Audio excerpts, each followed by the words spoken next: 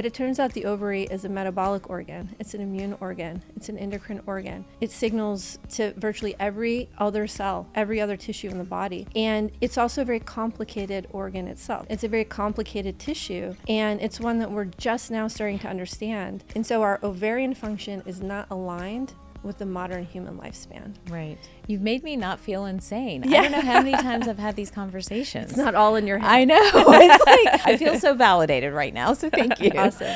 There's not a day that goes by in practice where I don't sit with a woman who is either struggling to get pregnant, not clear on why she went into an early perimenopause or menopause, or just feels pressured, quite honestly, to hurry up and have a child because her eggs are going to run out or her time is up. And oftentimes that haste leads to waste and really wrong decisions. That's why I wanted to bring on my next guest. I want you guys to meet Dr. Beim. She is rethinking reproductive health, fertility, early menopause, premature menopause, perimenopause, all the things, because she's talking about ovarian health and how we that advocate for women's health really need to be talking more about the field of ovarian health and what we can and cannot do to protect our ovaries and to really innovate our ovaries so they're working for us, not against us. Maybe even extending the timeline so that we are no longer in a rush to have children. Let me tell you a little bit about Dr. Beim. She is an avid researcher. She's a biologist. She's been in women's health for over 20 years, and she's done a lot of PhD work innovating precision medicine for different areas of women's health. She founded her company Celmatix as an opportunity to really focus on reproduction and reproductive equity for women, including novel drugs that extend ovarian age and actually help decrease the need for things like assisted reproductive technology. She's been a member of the Aspen Global Leadership Network. She was named to Crain's 40 Under 40. She's a notable woman in tech, according to Goldman Sachs, and she's a top 15 founder in Fortune, and she is Rock Health's Disruptive Founder of the Year. I'm pleased, honored, thrilled to welcome Dr. Beim to the show to help us understand ovarian health and what the future of reproduction, perimenopause, and menopause is going to look like. Dr. Beim, thrilled to have you on the show. You have been an advocate, a champion of this whole idea around ovarian health, separate but under the category of women's health. And I'm fascinated by that because, you know, with the work that I do, we do take that into account, but we think of it more, to be 100% honestly, in terms of like data and numbers and hormone levels and estrogen and testosterone and all this business. So talk to us a little bit about ovarian health and what that means to you and why you think it needs to be its own category. So thanks for having me on today. I'm excited to have this conversation. My background is as a biologist. So I'm a PhD biologist and one who specialized in medical science for many years. And about 15 years ago, I started my journey with Celmatix, which is my company that I founded and I run today as CEO. But I've been innovating in women's health for over 20 years as a scientist. And when I founded Celmatix, we had a very straightforward question, which was actually quite radical, which is, we know that women have different body parts. Mm-hmm. We know that we have different chromosomes in our DNA and genes that underlie those different body parts. But what does it really mean to be female biologically on a cellular level that helps us understand why women get certain diseases that men don't get, or are disproportionately protected from certain diseases, or disproportionately impacted by certain diseases? So what led you even to that question? Like, when we talk about what does it mean to be female, right? You're opening up a whole can of worms right there. Oh, sure. And I don't mean the gender lens. Right, I don't exactly. I'm really just looking at it as a pure cell biologist. So what does that mean to a cell to be female? So tell us about that. Like, what does it mean to be a female cell? Like, what does that mean? I actually have never thought of cells that way. So this is new for me too, but go ahead, tell me what that means. Well, you're not alone, because the pharmaceutical industry has been treating us as male cells. Fascinating. As kind of tiny males. Yeah. But the reality is that we have different cells that are biologically different, and that underlies why we get certain conditions and you know, are protected from others. And so we set out to try to understand that. And what I will say to summarize 15 years of, tens of millions of dollars of research and AI and analysis, is that the loudest signal that came out of it was the ovary, which makes sense because it is the organ that determines our sex at birth. So it is a gonad. I had this conversation with someone the other day and they said, wait, ovaries are gonads? And I said, Ovaries are gonads, yeah. They are gonads. Testes are not the only gonads. Yep. And so so it was surprising and yet also makes sense that at the end of the day, when we think about the unique biology that really determines so much of our health and wellness, the ovaries, it turns out, sit at the center of that. And this was a radical mind shift for me because I was trained as a reproductive biologist. Right. And that's how I self-identified. I saw menopause as a natural phenomenon, one that gives us grandmothers. That's a positive adaptation. That's, a special thing humans get to do. I saw the ovary, it's named as the home of the egg. Right. So ovary means home of the oocyte, yes. or the ovum. I always saw it as that. I saw the ovary as just this kind of structural thing that houses these magical cells, the eggs. And yet when we took a step back and we really tried to understand, let's call it female biology, and we're going to go in the biology zone right now because I understand that these are, difficult topics to navigate for a variety of reasons. But they're difficult, and there's a lot of bigger words with them and all that other stuff, but they're really important. Because we have to talk about women are struggling, right? They're really struggling, yes. and I could share a million stories about women who feel like they have to hurry up and get married or hurry up and do IVF or hurry up and do all these different things because they're on this timeline and their time's up, and that kind of translates into the same conversation around perimenopause and menopause. The ovary, in some way, to be honest, is defining our sort of identity as women, right? Because when ovarian function goes down, then we enter perimenopause and menopause, and then we're struggling with, kind of all these different feelings around that. So this is important, even though it's biology and technical. I'm hoping everybody watching and listening will pay attention for just a second so that they can kind of follow through the impact of some of this when it comes to even our mental health and just how we present the world. I think that's right. And I think you're pointing out a really important distinction, and it's something that I'm still struggling to fully articulate, but it's not that when you don't have an ovary, you're not female anymore. Right. I'm not saying that.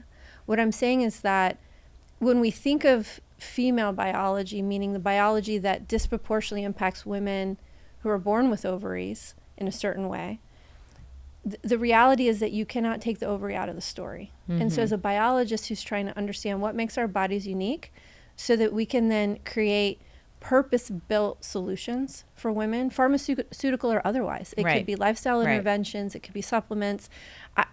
I'm just saying in general, when we're trying to give women the protocols, the tools, the recommendations, and personalize it for them, what the biggest signal that came out of the research that we did over a decade was you can't take the ovary out of the story.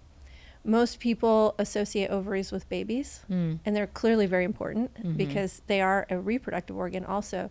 But it turns out the ovary is a metabolic organ. It's an immune organ. It's an endocrine organ.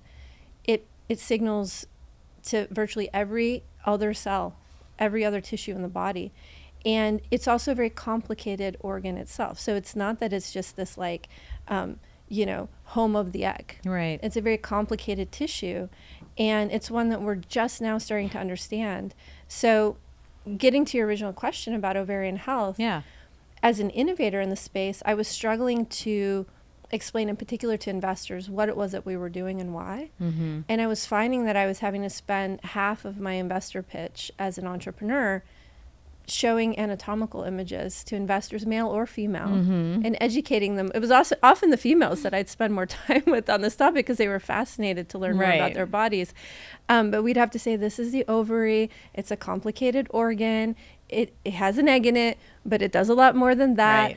And so at some point we said, if we look at the evolution of femtech, once that term was defined, suddenly the field took off, because then you could identify as a femtech entrepreneur. You're a femtech company. It's a femtech product. You're a femtech investor. You're a femtech fund. And we realize that women's health encompasses so many different categories that when you self-identify as an entrepreneur and you're saying, I'm doing women's health, within pharma, within drug development, what that meant to everybody was like, okay, well, what are you doing with estrogen? Because that's basically been that's all we hear about. That's all we hear about. Exactly. And estrogen is one of the important gonadal hormones. I'm calling it a gonadal hormone because we know not an ovarian hormone. It's not an ovarian hormone. It's a gonadal. Testes make it to postmenopausally. Women have less estrogen than men. Right. So I know I'm preaching to the choir with you, but for your audience, estrogen is an important gonadal hormone, certainly important for the ovary, but it's the tip of the iceberg. Right. Estrogen, testosterone, progesterone, these are the tip of the iceberg of the factors that are produced by the ovary. And so we had this aha moment and we said, wait, if we define this novel category, and this was about 6 years ago, if we define this novel category of ovarian health and start identifying as we're an ovarian health company, we're innovating in ovarian health, it does two things. One, it makes people stop and ask, well, what do you mean by ovarian health? Why aren't you just identifying as a reproductive health company or a women's health company? And the second thing it does is, in the name, it implies that the ovary should be healthy. Right. And I love that. And you mentioned that ovarian health is a metabolic, endocrine, immune organ. Yeah. Do you mind just drawing some of those pathways for us, just so for Sure. people watching and listening, that kind of sinks in for a second about why this is not just about estrogen and why it's not just about getting pregnant? That's right. So most people are aware that the ovaries are related to babies, and increasingly people are becoming aware that it's an endocrine organ. So it's important for these hormones that are in our bodies.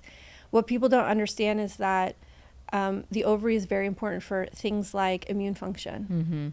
So inflammation is a buzzword today. We hear about inflammation, but there's local inflammation and chronic inflammation.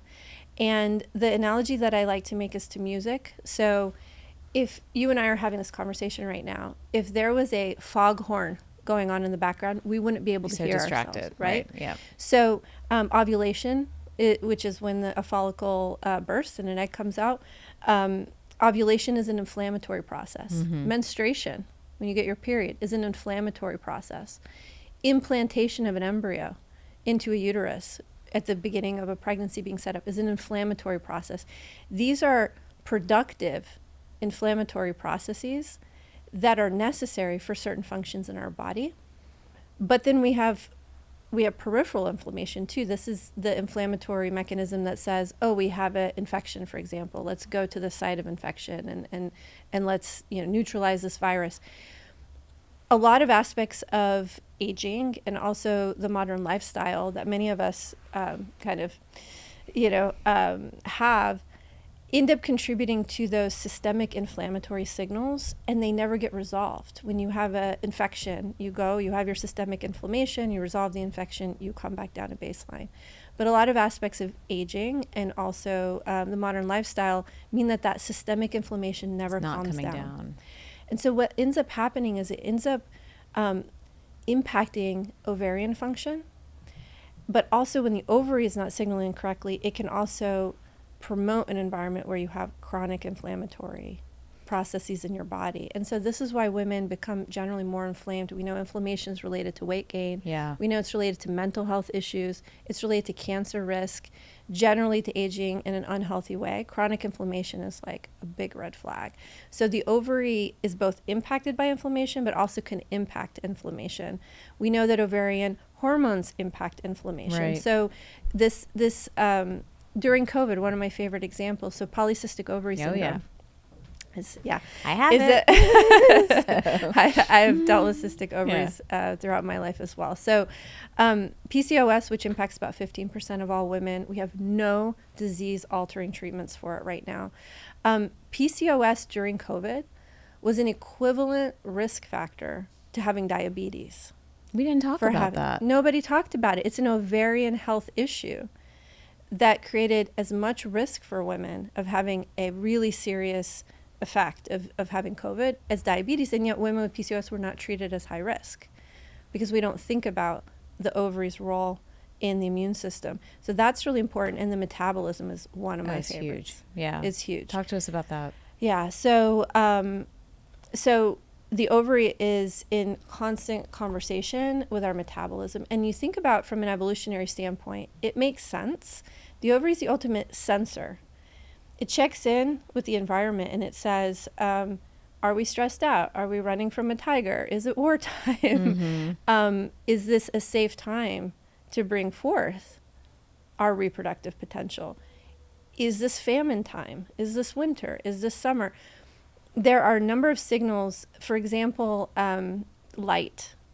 There are mammals that are seasonal breeders, meaning just the small changes of light that happen in the winter completely shut their ovarian function down. They cannot get pregnant in the winter just by sensing that the light has changed. Wow. So we are not seasonal breeders, but it doesn't mean we're completely not impacted by light either.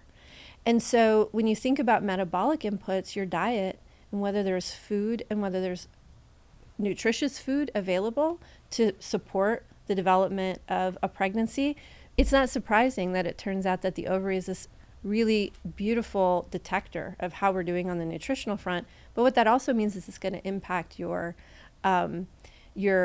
reproductive outcome. It's going to impact your ovarian function.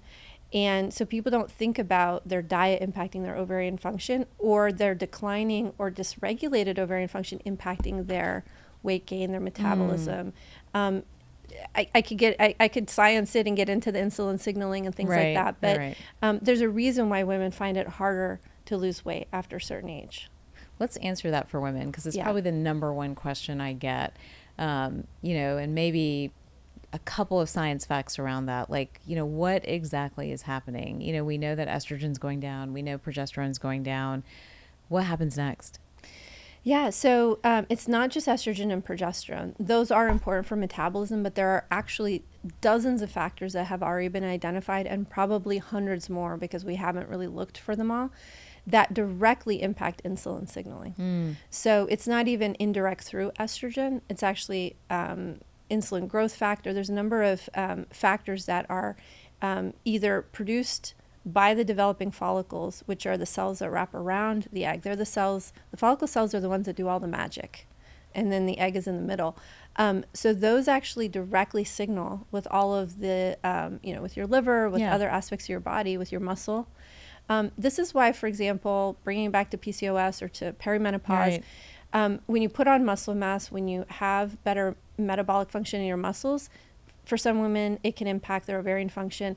The Ozempic, so the GLP-1s. A number of women have found that when they lose weight and they're on the Ozempic, they start ovulating again. And these are women who haven't ovulated regularly in years, maybe since puberty. That's because that impact that the GLP-1s are having, the Ozempic type drugs are having on the metabolism, are signaling directly back to the ovary. But remember, if there's something that can impact ovarian function, it means the ovary is also impacting that function. Right. And so that's why when you have an ovarian disorder like PCOS, polycystic ovary syndrome, or you're in perimenopause and your ovarian functions are starting to shut down, or you're in full menopause and most of your ovarian function has been depleted and is gone, not only are the signals not getting to a functioning organ, but they're not answering back. And so that beautiful symphony, bringing it back to the musical analogy, that beautiful symphony is leaving the biological kind of system that your body has developed in and functioned under. And this happens with men too. They have decline in testicular function throughout their lifespan, but it's slow and steady. More subtle too, It's more subtle. Yeah. Whereas with women, and there's biological reasons for this, but we have linear decline in our ovarian function throughout our early life, but then in what is now midlife, because we live until our 70s, 80s, you actually have a not quite exponential, but a more than linear decline. So you have this rapid, they talk about falling off a cliff. Yeah. It's a horrible analogy because I think it feels so scary for people, but it actually looks like a cliff. If you look at how ovarian function declines, it accelerates. And we see that women who have a smoother line and go into menopause more slowly and a little later don't struggle with perimenopausal symptoms as much. Not because their bodies aren't impacted, but because their bodies have time to adjust. And this is really important, is that in biology, fast change equals bad. This is why you want to lose weight slowly. Right. You want to shift your sleep schedule slowly. You want to do anything that impacts your gut microbiome slowly, because that's how you get lasting change, and that's how you avoid stress. All of these things are also a stressor on your body. And so men have the ability to adjust over time. Women's bodies age like this. And so that really helps explain it. And that gets back to my work in ovarian health, is that 100 years ago, we were not, on average, surviving past that cliff. Right. We're done. We were done. Yeah. And now we survive not just past that cliff, we survive decades past that cliff. And so our ovarian function is not aligned with the modern human lifespan. Right. And my passion and my work, especially over the last 6 years, has been really trying to change the shape of that trajectory so we can align ovarian function with our modern lifespan, because we did so much to change our lifespan line, right? We used to do this in our lifespan, now we do this. And the ovary is the one organ that got left behind. So I'm assuming this is where Celmatix steps into the conversation.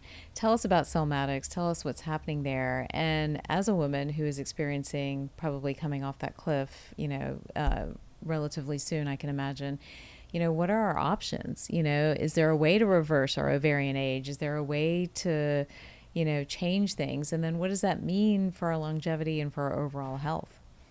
So we see ovarian health as one of the fundamental pillars, just like brain health, gut health, metabolic health. And there's two answers to that question. One is we don't have the tools really to do that today. And that's what we're doing at Celmatix. We pioneered the category of ovarian health, but we also pioneered this idea that we should be leveraging therapeutics to intervene and allow us to exogenously, meaning, outside of what's happening in the ovary, regulate the decline in ovarian function. It turns out we're born with more function than we need, even in the modern lifespan. So in theory, if we could regulate how we use our ovarian function over our lifespan, our ovaries should align with the modern lifespan. And that's because the ovary also thinks it's a reproductive organ in many ways. So it indexes on trying to create the perfect egg every single menstrual cycle. And so we've heard of the menstrual cycle, which is this approximately 28-day cycle. Right. But what people don't realize is there's a bigger cycle. It's the folliculogenesis cycle. So we have like hair follicles, and our hair grows out of the hair follicles. So we have ovarian follicles, and the egg grows inside those follicle cells.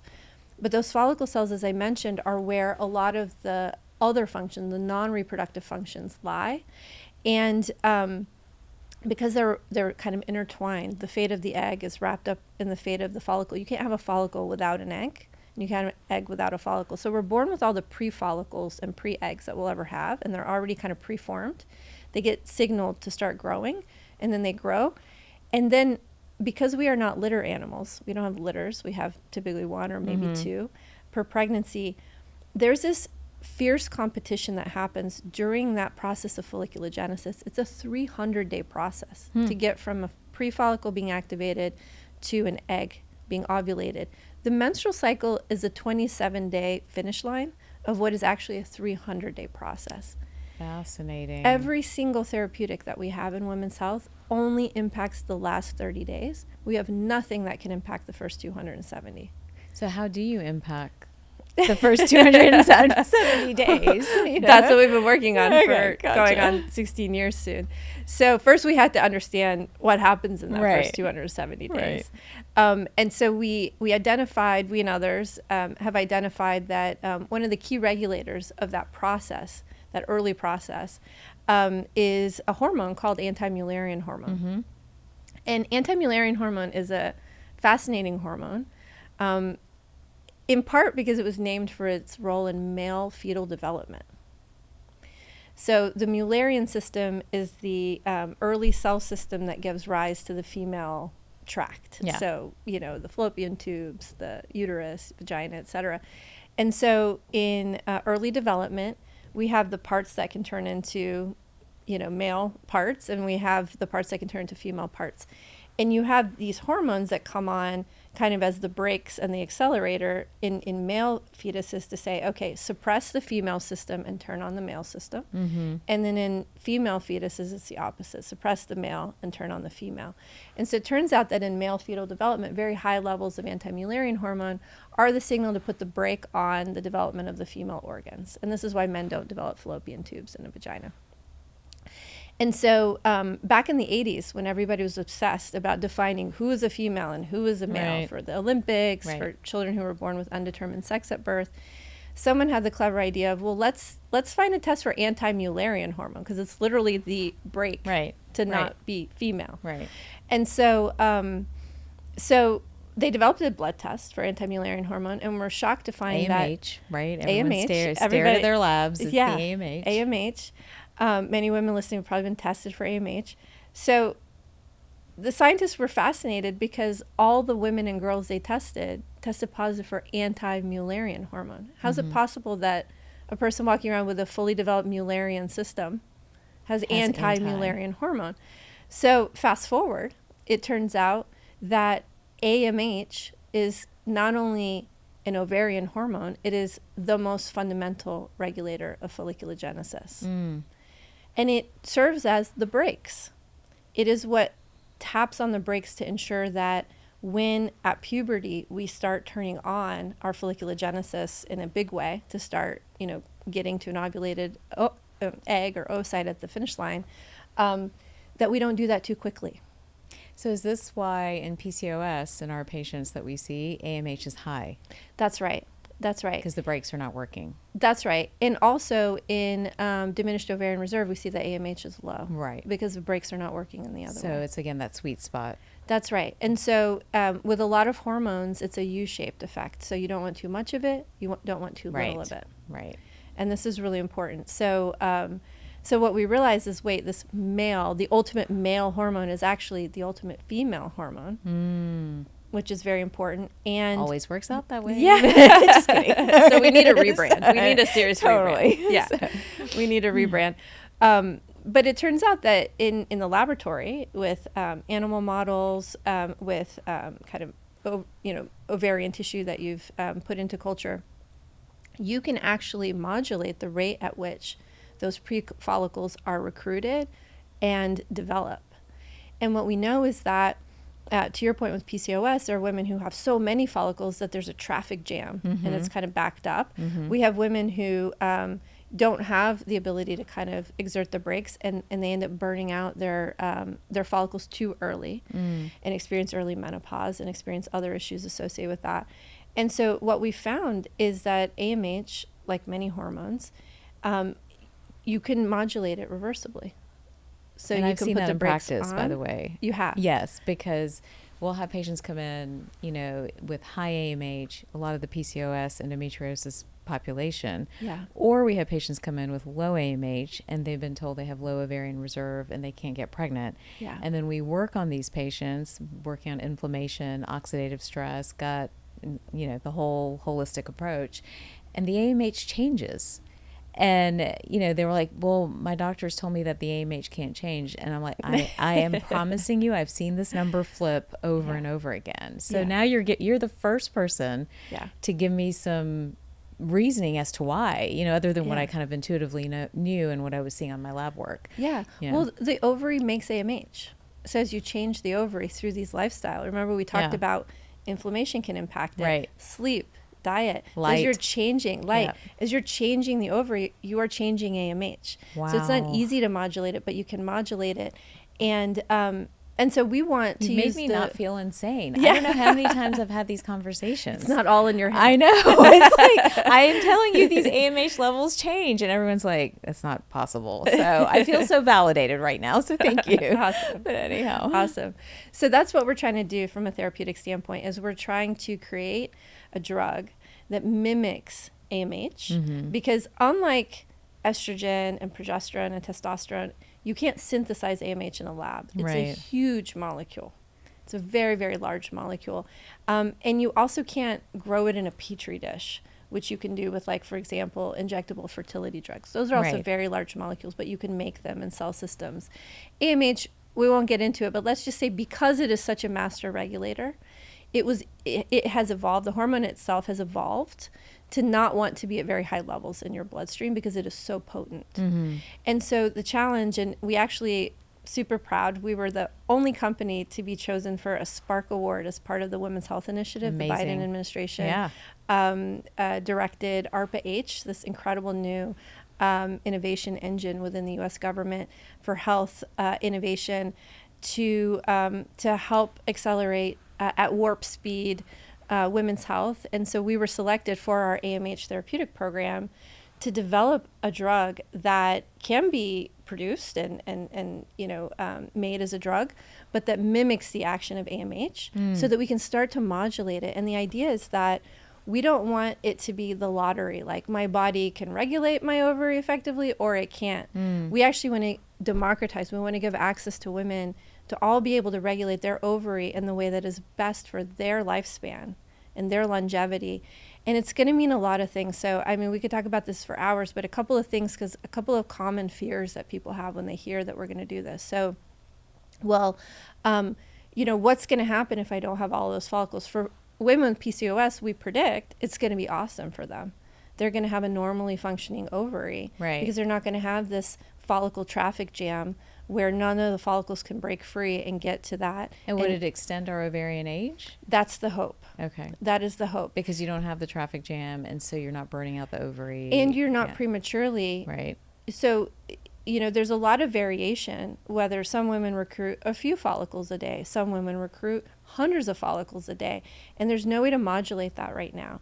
And so what's nice is that just like the birth control pill and being able to use estrogen and progesterone can give most women a 28-day cycle that's predictable, less pain with their periods, and that's something that we can regulate with drugs. Right. We want to give everyone a nice folliculogenesis cycle too. So we want to personalized folliculogenesis so that we're only pulling how many follicles we need out of storage day over day for our health. What that means is we're not going to make the perfect egg every month. But the reality is most women don't need a perfect egg every month. Right. What they need... That's a lot of kids. Yes. So. We're already taking contraceptives or taking right. measures to avoid getting pregnant. So for women, what this means is fewer periods from a frequency standpoint, but spaced out longer throughout their lifespan, which actually mimics natural biology better, because the way that we live right now is not natural. Right. We weren't meant to have this many periods. Yeah. We would get pregnant. We would have extended periods of breastfeeding, which suppresses those hormones. So taking AMH over a lifespan, this is all what we're aiming towards. This hasn't been tested, obviously. We're still developing this. But the theory, at least, that we're going after is that if we could modulate ovarian folliculogenesis by having a drug that mimics the action of AMH, then we could get to that personalized sweet spot for each woman so that she has the optimal ovarian health for decades longer than she has right now. Because a lot of women say, like, well, I mean, yeah, I have all these perimenopausal symptoms, or I have osteopenia or osteoporosis or heart disease or all these things, but like, thank God I don't have PMS anymore. Thank God I don't have to deal with these heavy, frustrating periods and mood swings and all these things. But the point is that I'm not saying let's take all the awful ovarian biology you've had to live through and make you live through it forever. That's not what I'm saying. I'm actually saying let's give you optimal ovarian health and then have that extend for decades longer than it does right now. It's a complete rewrite of how we think about women's health and women's bodies.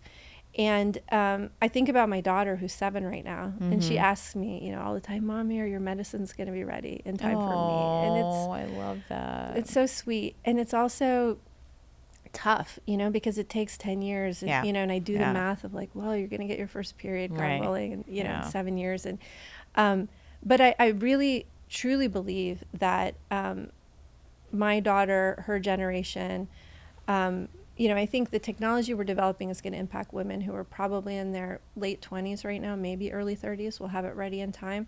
But really, for women who are in their early 30s and younger, they're going to look back on this, let's call it century of human history, where we extended the human lifespan, but not the ovarian lifespan. We didn't figure out how to modulate ovarian function, but we added contraception to the mix, so women just had period after period after period. And they're going to look back on this kind of microcosm of the century before we figured it all out, and just be baffled as to how we all thought this was okay. Yeah. For us to all feel this way during our prime years, and then to not thrive necessarily physically in certain ways after what is now midlife. Because I think for women of my daughter's generation, they're going to have much better functioning ovaries. A lot of these things like PCOS, endometriosis, PMS, these are going to be anachronisms. This is going to be something that happened to women last century and that we just accepted. And I also think that they're going to be shocked that we just went into menopause, didn't do anything about it, and also that we did nothing to optimize our ovarian health. I think about like these stories about, you know, figures from the past, George Washington, you know, with his teeth, you know, or people who had wooden teeth. And it's just, we cannot relate to a world in which we didn't care for our oral hygiene, that we didn't go to the dentist, we didn't optimize the function of our teeth. If we lived our lives vis-a-vis our oral hygiene like we used to, our teeth would fall out in midlife. Right.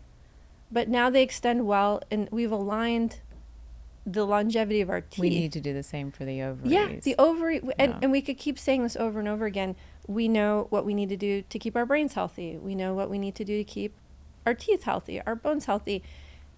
Most people don't know what they need to do to keep their ovaries healthy. So, you know, is there anything women listening today can do right now to optimize their ovarian health while we're waiting for these drugs of the future, right? That are going to hopefully help us to even out the lifespan of our ovary. You know, what could they do today? So a number of things. So I have I have an Instagram page now, Boss Ovary. Boss Ovary. We'll have to check it out. Everyone go there. This is not my comfort zone. Yeah. I am very much it's all right. The lab is my happy place. But I am trying to get the word out, because there are things that you can do. And I'm trying to put more and more content to help women understand. These are things that I've started to do for myself as well. And I've found that my ovarian aging has, at least anecdotally for me, my AMH levels have barely changed over the last 5 years, which has been awesome. So a couple of things. One is that you can avoid the things that will shorten the lifespan you already have for your ovary. So everybody has a hardwired lifespan based on ovarian lifespan based on how many follicles are born with at birth, and their intrinsic genetics of how that ovarian timer. People talk about the biological clock, but it's more of a timer.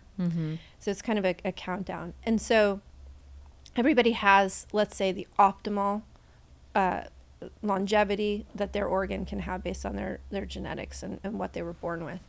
And so what we can do is we can avoid the things that decrease that Chinese medicine concept of, you know, here's the chi you're gifted with. Yeah. It's your job now. Grow it or deplete it. That's right. So I think there are things that definitively have been demonstrated to deplete it. So one is smoking. One is smoking. That also means exposure to environmental toxins that are like smoke. So a simple thing that I've incorporated into my household, which also benefits my whole household, not just my ovaries, is just a very high quality air purifier. Yes. Especially with global warming, we have these moments where air quality, you know, is not just in places like China, where we hear about this. In the U.S. as well, periodically we have real air quality issues. Getting a very high quality air purifier, really controlling that, your indoor air quality. Sometimes just like I try to open my windows. Yeah. Couple minutes every day. So I think keeping track of the air that you are breathing, including avoiding things like smoking, is super important. The other thing is that diet, lifestyle factors related to inflammation are important. So generally, one of the processes that can impact ovarian aging is fibrosis. So this is when tissue becomes fibrotic. And for a number of women with PCOS, their ovaries actually become so fibrotic from all those that traffic jam of follicles that it starts to actually kill their ovary. And about 15% of women who have PCOS early in life go into very early menopause. It's not true. Most women with PCOS go into later menopause slightly, but some women actually fall off a cliff much faster, and it's because they have all this fibrosis. So what I would say is that if you're struggling with obesity, if you're struggling with chronic inflammation, you are accelerating the underlying aging mechanism, not only of your body but your ovary, and then it ends up being kind of your ovary ages faster than your body ages faster. It ends up kind of that. So I would say that manage those lifestyle factors for sure. What about light? You mentioned light, and I'm just thinking about all the people on their phones and Yeah. the blue light that we have nowadays. Is that something we should be a little bit more mindful of, or is that a little bit lower on the list? You know, I'm very mindful of it because now I'm in perimenopause, and I think that so that's kind of a slightly different category. If we're talking about what you can do to extend ovarian function and optimize ovarian function, I think being careful about the environmental toxins that you're putting into your body, because your ovary is one of the most sensitive organs in your body. Levels of radiation that won't impact anything else in your body will start to kill your ovary first. So your ovary is one of the first things that starts to be impacted by toxins and things like radioactivity. So you want to be careful about things like that. I think that when we think about what women can do once they start to approach perimenopause, or if they have ovarian dysfunction and they have ovaries that are more sensitive or not as hardwired to function correctly, is they have to control the things that are being dysregulated. So if you have an ovary and it's working in perfect harmony with the rest of your body, that's great. You can take on some extra risk factors, right? This is kind of like when you're younger and in general you haven't started the mechanisms of aging as much. You can have a later night. You can have that extra glass of wine. You can handle the stress. As we get older, you can't handle it as well. So the same thing is true for your ovary. So when you think about, okay, my ovary is not functioning as well, I wear a continuous glucose monitor. Me too. You do? Okay, awesome.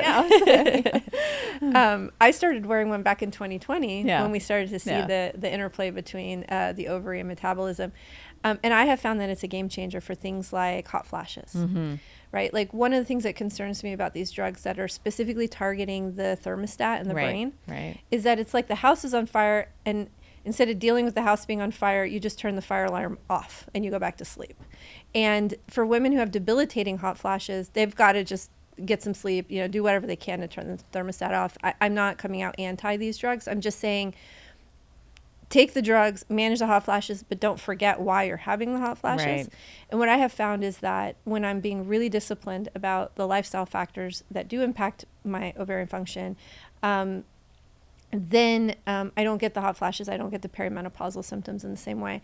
And so I encourage women whose ovaries are either not functioning anymore because they're menopausal, or are functioning less well because they're perimenopausal, or they have conditions like PCOS, to be very mindful about light exposure. So that means getting adequate sleep, because sleep is the time when you make melatonin. Melatonin is your sleep hormone, and you cannot make ovarian hormones without melatonin. The ovary will stop functioning. If you stick a mouse in all dark or all light for 2 weeks, it stops ovulating. It gains weight. It becomes insulin resistant. Wow. Yeah. Oh my gosh. I'm not a good sleeper. That's all it takes. So I'm always trying to cheat. Anyhow. And we know from IVF related studies that, for example, when they look at nurses who have shift work and they work at night, they have much lower IVF success rates as well, because their ovaries are being impacted. It's impacting their egg quality. It's impacting their health. And so I think, yes, sleep's a big one. And unfortunately, that means the screens. Right. The screens are a big one. We see that in cities like New York, where children weren't able to get outside during the pandemic and were on screens all the time. Overnight, we had an increase from 5% precocious puberty, meaning girls going into puberty before the age of 8, to like 20%.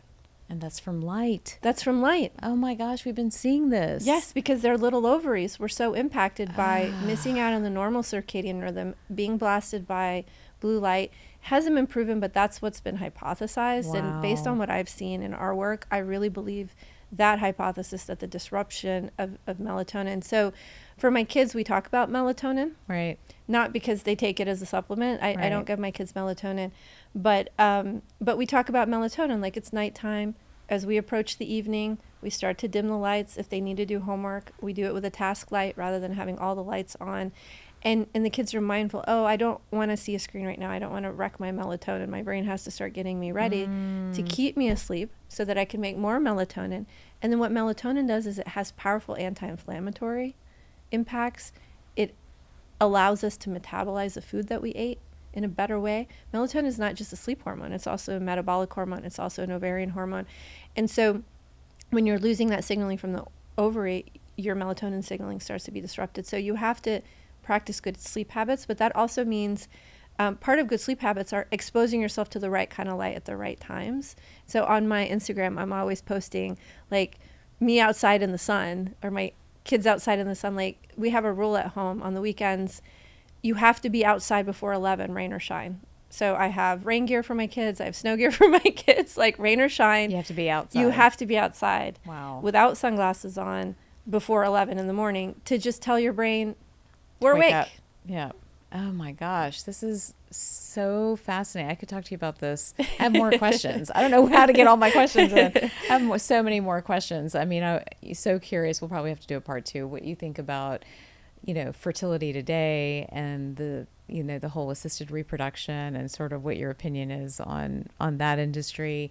What you're hoping for women in perimenopause and menopause. Someone who's going into menopause, like, can they bring their AMH back up? Have you seen that happen? Is that a possibility?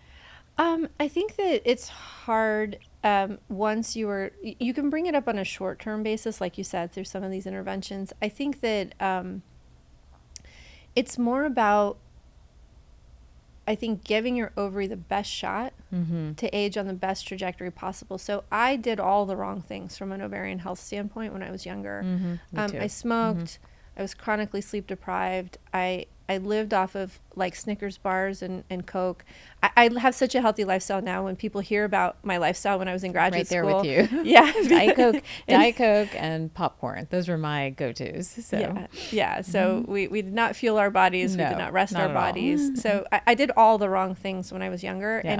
And I had the sobering realization in my early 30s that I had very low AMH. And so based on my AMH levels, I should have gone into menopause by around 40. I'm now turning 46 very soon. And since I changed my lifestyle, my AMH levels have barely changed. Wow. It's been incredible. That's incredible. Because I really grieved when I got that diagnosis early in my 30s. I thought, well, that's it. This didn't work out for me. And I'm not going to be able to have children naturally. I'm not going to, I mean, I was actually counseled that IVF wasn't going to work for me. Oh my gosh. Yeah. But I was trashing my body. I really was not taking, not like drugs and alcohol, but all the other lifestyle factors. I was not doing well for my body. And I made so many changes. The other thing that, from an ovarian health standpoint that I think is worth mentioning is endometriosis. So endometriosis, we think of it as a menstrual disorder. Women often have very painful periods, so we associate endometriosis with menstruation. But what we know is that AMH levels can impact endometriosis risk, and that having endometriosis can impact ovarian health as well. So there's a circle there. And what I would say is that for women, that impacted me. I have endometriosis, and that's part of why I had lower AMH by my early 30s, is that also went untreated. It was in part because pain was normalized for me. When I had my first endometriosis symptoms, which was my very first period, I'd never been in pain like that in my life. And now that I've had the opportunity to deliver babies and go through labor, what I learned was that a typical period for me, if I was unmedicated, felt like transitional labor. Wow. I just think there's so much here that is actually a message of hope, to be honest. First of all, drugs that your company is developing and working on, I think that's, I have a 16-year-old. I think about her health all the time. So for our girls and for young women, it's super exciting that they'll be able to have better control of this. I feel like we've had to fight for it or have had to learn it by bumping our heads around. So I think that's really hopeful. I think the other hopeful and I think call to action for all women listening, and I hope they pass this on to their daughters and their mothers and their sisters and whoever else, is let's follow these numbers, right? Why can't we follow an AMH? I do this in practice, but it should be standard. Follow your AMH, follow your inflammation markers, understand what's happening, no matter how old you are, because it's your first window really into not just your overall health, but now like your ovarian health, which is an important piece of everything. Everything's bidirectional. So I think that's a really important message I hope people will take from our conversation as well. And super excited about the work you're doing. Look, I could talk to you for probably another hour, and I'm already getting time signals from everyone, but I want to leave with just one question that I'm asking all my guests. You know, you are a pioneer in your field. You're a pioneer in this area of ovarian health. You founded Celmatix. You've been recognized globally as an entrepreneur and an innovator. I've read your bio. You've done so many amazing things. Just thinking about what gets you up in the morning and what keeps you going, I want to know what makes you whole. Oh my gosh. Well, I'm a mom. And so I'll just lead and say that my children inspire me. I really, really want a different world for your daughter, for my daughter, but also for my boys. It's so important. And if you ask my boys, what does mommy do? They say, well, our testes are going to function throughout our lifespan, but our sister's ovaries are going to stop working in the middle of her life, and that's not fair. Mommy's trying to do something about it. Amazing. So I think that's amazing. It's like if you can explain it to a 5-year-old. Yeah. So it's there pretty. You go. I love pretty it. simple. It's an equity issue, and so they're rooting for me, and I don't want to let them down, and I want to show them that that you can put your mind to hard things that feel impossible. Everything starts with a dream. Everything starts with a crazy idea that you have, and then you can add data to it. You know, science is real. And so I'd say that being that role model for my children, but also that facilitator, that catalyst of a better health outcome for them is really important to me. But the other thing that I will say is that I barely go a week, and I've been at this, you know, for over 20 years, as I mentioned, without somebody sharing the fertility struggle they're having. Yes. Just last week, I got 3 phone calls from women in my network because they had been counseled to remove parts of their body, their fallopian tubes, their uterus, their cervix, their ovary. And I reflected on it that while men do, of course, lose body parts, not at the frequency that women do. I mean, the fact that we don't understand female biology, we don't know how to treat female biology, and so then as we start to accumulate diseases because of female biology, we just neutralize the female biology, remove the parts, kill the estrogen. The fact that that's our toolbox, I am constantly reminded. Insane. It drives me insane too. And I will be honest, because I think sometimes you can make it look easier than it is. Having this conversation, this is my happy place, getting to talk about this stuff. I'm very passionate about it. But I will say, I want to give up every single day. Every single day. It's a fight. Every single day there's a moment where I think it's too hard, it's not going to work, people aren't going to understand, we're not going to have adequate funding. Some setback every day makes me think, I'm exhausted. You know, who am I? One person to have an impact. Every day, I'd be lying if I didn't say for a minute at least every day. Some days it's hours, some days it's just that minute of, can we do this? Are we going to get this done? I doubt myself every day.